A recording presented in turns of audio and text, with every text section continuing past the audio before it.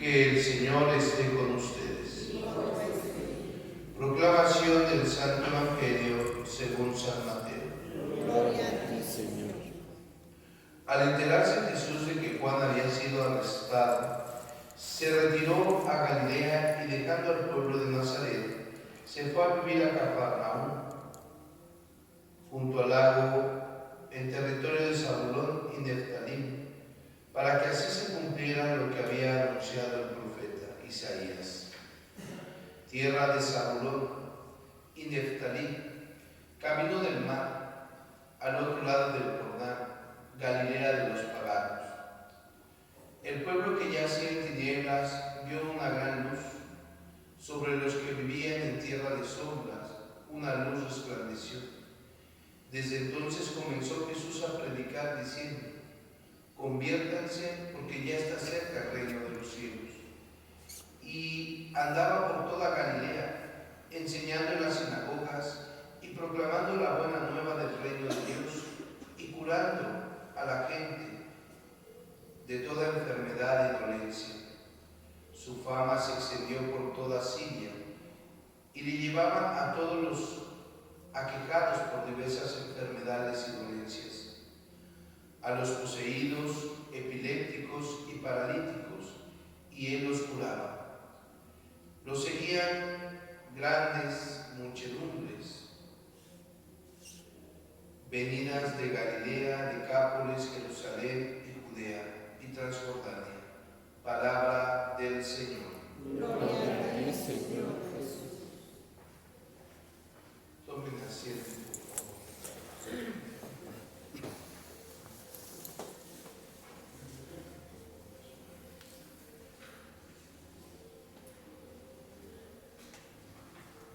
Muy bien. Mil disculpas, pero siempre me mueven el audio y por eso soy feo, ¿verdad? No entiende la gente. Pero bueno, miren, el día de hoy vemos, ¿verdad?, algo que a veces no comprendemos y que es bueno entender.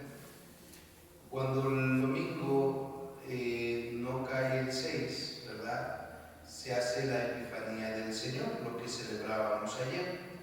Y a partir de hoy, ¿verdad?, marca ya sea el 7 de enero o bien el lunes después de la Epifanía, ¿verdad? Va como desfasado por la liturgia universal de la Iglesia, ¿no?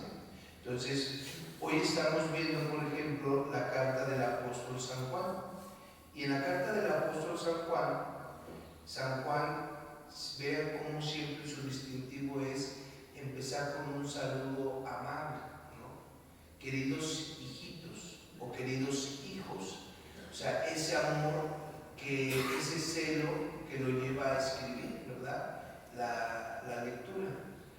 Y dice, ¿verdad?, puesto que cumplimos los mandamientos de Dios y hacemos lo que le agrada, ciertamente obtendremos de Él lo que pidamos. Pero aquí hay que tener mucho cuidado, porque si no lo sabemos interpretar, entonces pues pensaríamos en una teología de la retribución, ¿no? En una teología de la retribución en la cual precisamente si yo me porto bien, entonces me tiene que ir bien. Y cuando te portas bien y te va mal, entonces ahí viene el choque, ¿no? Entonces la teología la teoría de la retribución no va con el cristianismo, porque cancela la gracia, ¿sí? No porque te portes bien, ¿verdad?, ya siempre te va a ir bien, porque esa es la concepción que a veces tenemos los cristianos. Si voy a misa, si hago oración, entonces no me tiene que pasar nada. ¿Por qué? Porque estoy orando ante Dios. Y no, porque aún cuando ores, ¿verdad?, puede que la adversidad toque tu puerta, y más aún, ¿verdad?, las tentaciones siempre van a estar. O a veces, en ese portarte bien, en ese acercarte a Dios, pensamos erróneamente que ya es como una cúpula, ¿no?, que todo lo malo se va a alejar, y no. Al contrario, en cada vez que nos acercamos más a Dios, cada vez que queremos hacer un esfuerzo en la vida espiritual, vendrá el enemigo y atacará con mayor fuerza en tentaciones, en adversidades, para que tú desistas de la oración, de buscar a Dios. Entonces fíjense bien, ¿no? Cierto que si nosotros somos coherentes con nuestra forma de pensar, con nuestra forma de orar, entonces habrá precisamente, pues no una recompensa por el esfuerzo, sino más bien habrá una comunión más constante con Dios. Eso es lo más importante, tener una comunión constante con Dios, ¿no? Y dice, ahora bien, que este su mandamiento sea ese mandamiento en que crezcamos en la persona de Jesucristo. A eso estamos invitados todos los cristianos, a seguir creciendo en la vida espiritual. La vida espiritual nunca se agota. Por eso fíjense bien, la palabra de Dios tampoco se agota. O sea, la palabra de Dios es una y otra vez, se renueva constantemente. Y cada día, aunque leas el mismo pasaje, te dará un mensaje diferente. Eso es lo bello. O sea, entonces, no desistas en seguir creciendo con Dios, porque a Dios nunca lo vamos a comprender hasta que estemos en el paraíso. Y eso sí estamos, ¿verdad? Pero aquí en la tierra, el misterio es algo no inalcanzable, pero sí algo difícil de acceder. Y obviamente tenemos nosotros que estar constantemente creciendo en ello. Amémonos los unos a los otros conforme al precepto que nos dio. Eso es importante. Un cristiano que comienza un proceso espiritual serio debe de dejar al lado los rencores, los pleitos, ¿no? O sea, debe de dejar el orgullo, debe de dejar ese odio hacia el otro, ese rencor hacia la persona, y debe de vivir en el amor. Pero no crean que el amor es andar ahí con tu sonrisa, ¿verdad? Y abrazando y besando a todos, y hermana luna y hermano sol. No, no, no. El amor es aceptar la diferencia del otro. El amor es, ¿verdad?, perdonar al otro. El amor es precisamente comprender al otro, ser soporte del otro y de ti mismo, ¿no? Porque ese es lo malo, ¿no? Que a veces pensamos que el amor es andar ahí de melosos, ¿no? No, eso no es amor. Eso a veces hasta enfermedades, ¿verdad? O sea, su loquera de andar ahí, ¿no? O a mí, miren, fíjense, esto están grabando, pero bueno, a veces las florecillas son muy malas, el sentimentalismo en la iglesia, ¿no? Porque pensamos que la vida espiritual es andar con tu Biblia, ¿no? Y andar así, ¿no? Casi ya padrecito en boquita, ¿no? La vida espiritual, ¿verdad?, va más allá.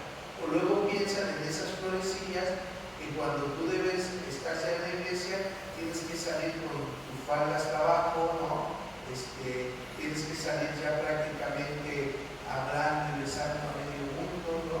Y diciéndole florecillas, ¿no? Eso no es la vida espiritual. La vida espiritual va más allá. La vida espiritual es una coherencia de vida. La vida espiritual es un esforzarte para encontrar a Cristo, como dice San Juan. Esa es la vida espiritual.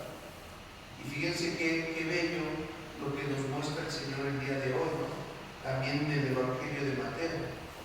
En el Evangelio de Mateo, Juan es arrestado. ¿Y por qué es arrestado? Porque estaba cumpliendo la voluntad de Dios. Por eso fíjense bien, ahí se rompe la idea de la retribución. Juan hacía el mal, ¿no? Juan hacía el bien, era el profeta, hablaba por Dios, y sin embargo, ¿qué le tocó? Será arrestado y después degollado. Fíjense. O sea, no porque hagas el bien te ven bien, pero esto no es fatalismo, porque muchos dirían, entonces el cristianismo es una religión fatalista, ¿no? Que le gusta que sufran sus personas, ¿no?